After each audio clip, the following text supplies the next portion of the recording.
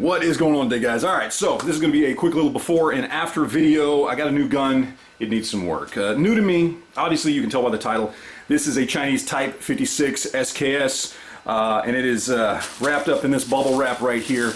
I'm wearing the 1938 Batman gloves because this thing is nasty. This is one of the most caked in cosmoline SKSs I've seen in a long time.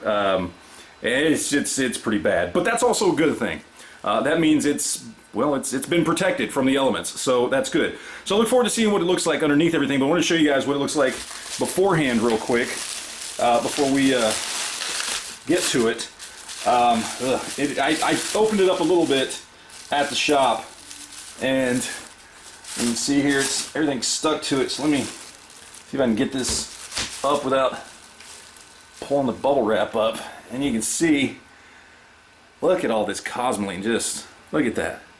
That's just nasty. But again, I mean, this is what's been keeping it from coming apart here. Looks like we got somebody scratched something into the wood there. I looked at it briefly. It doesn't appear to have any cracks in the stock, but it does appear to have quite a bit of just like random things carved into the side, kind of all down one side, and here there's some stuff that's hard to tell. It's got some dings and stuff, but the stock appears to be in pretty good shape. I am going to sand it down and refinish the stock.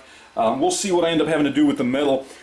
Pretty much all I'm going to do is, this is kind of the before, and I will show you the after when I'm done, unless I come across anything unusual while going through it, in which case I'll break it and show you guys. But it's going to be a pretty standard cleaning. I'll go over the process when I'm finished with it. But there's the before. Let's go ahead and take a look at the after. Alright, just breaking in here real quick, just go over a couple things. Got it completely disassembled, basically. One thing that I found when I got all disassembled is the piston extension and the spring for the piston extension were missing, and that's that little smaller piston that goes in this housing here underneath the rear sight that cycles the action. So without it, well, I mean, it'll work, but you'd have to manually cycle the action between each shot. So that's something I emailed the company I bought this from about. Now, I don't think it's their fault. These were a bunch of guns that were in a crate covered in cosmoline. They did not disassemble these guns to this length, which is what you would have had to do to know that that piston wasn't in there. So it's not their fault, and I can pick one up for about 25 bucks, the piston and the spring on eBay. But I emailed them. We'll see if they help me out with that, or if I'm gonna have to get it on my own. But these are old surplus guns, so I don't know. We'll have to see what happens there. Also, when I took it apart, this was only being held together. This top piece of the handguard was only being held together because of cosmoline and the fact that it was in the retainer around the gas tube. The other thing I wanted to show you guys, very important if you're going to get an SKS and clean it, do that kind of stuff, is I want you to look at the firing pin here and see that it is frozen forward, that if I push on it here, if I sit there and try and push on it, and I'm pushing down on this thing, firing pin is still forward, and that is how you get a slam fire. And the way you fix that is by disassembling this bolt, okay, and cleaning out the firing pin channel so that the firing pin can float free. Because when I do this, you should hear the firing pin rattling back and forth, and it's not, because it's frozen in there because of cosmoline. So I'm going to have to knock this pin out right here, pull this off, and slide the firing pin out and clean out that channel so I don't have any slam fire issues. But anyway, that's where I'm at right now. I'm going to keep working on it, and we'll see what it looks like when I'm done. Alright, pretty much just about finished up here. Going to start assembling the rifle back together, but I wanted to break in one more time real quick just to show you the bolt carrier right here, or the bolt I should say.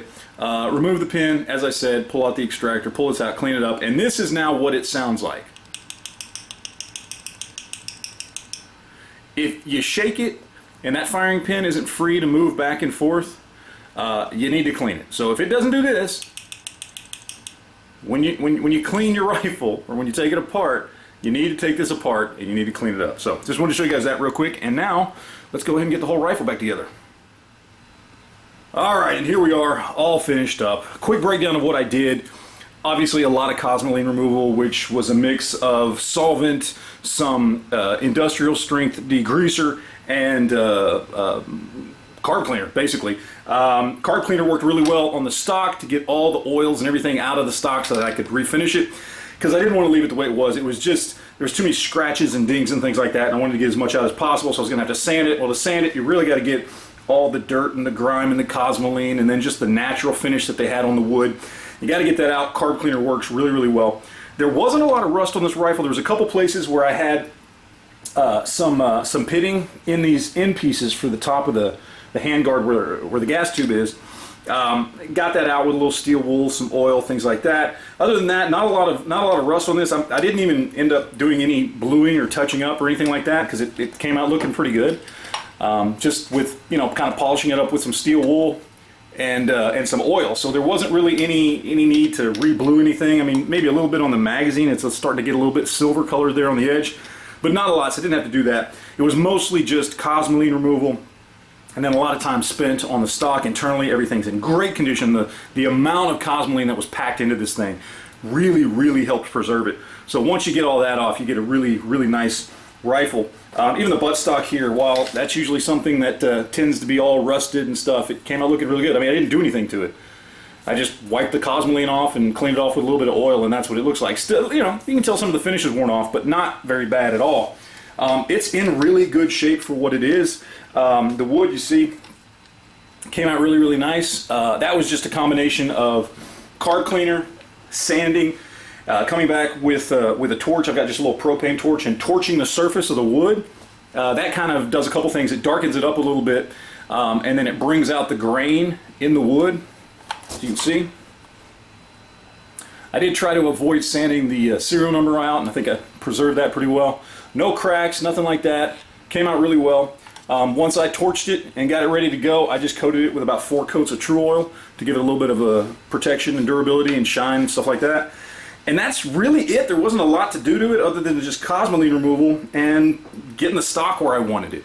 I did get that little gas piston and spring ordered. I found it for about 30 bucks, and the place that I bought it ended up crediting my account for $50, which is what they said. They just give me a $50 credit because it didn't come with that piece in there. So I made 20 bucks off of it already.